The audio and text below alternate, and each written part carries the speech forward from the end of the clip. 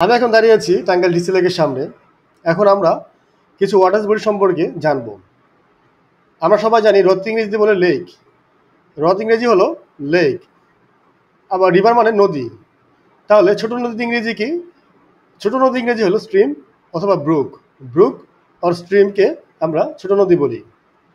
তেমনি জোয়ার, জোয়ার ইংরেজি হলো ফ্লোটাইট। আবার ভাটার ইংরেজি হলো অ্যাপটাইট। অ্যাপটাইটকে ভাটা বলে। ঢেউকে আমরা ইংরেজি বলবো ওয়েভ। ওয়েভ মানে ঢেউ। কিন্তু ছোট ঢেউ ইংরেজি কি? ছোট ঢেউকে ইংরেজিতে বলে রিপল। রিপল মানে ছোট ঢেউ।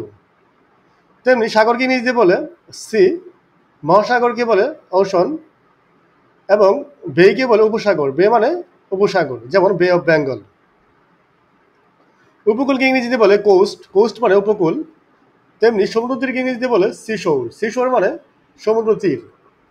দ্বীপ ইংরেজি আমরা সবাই জানি আইল্যান্ড। দ্বীপ মানে আইল্যান্ড। জলপ্রপাত মানে ওয়াটারফল। ওয়াটারফল মানে জলপ্রপাত।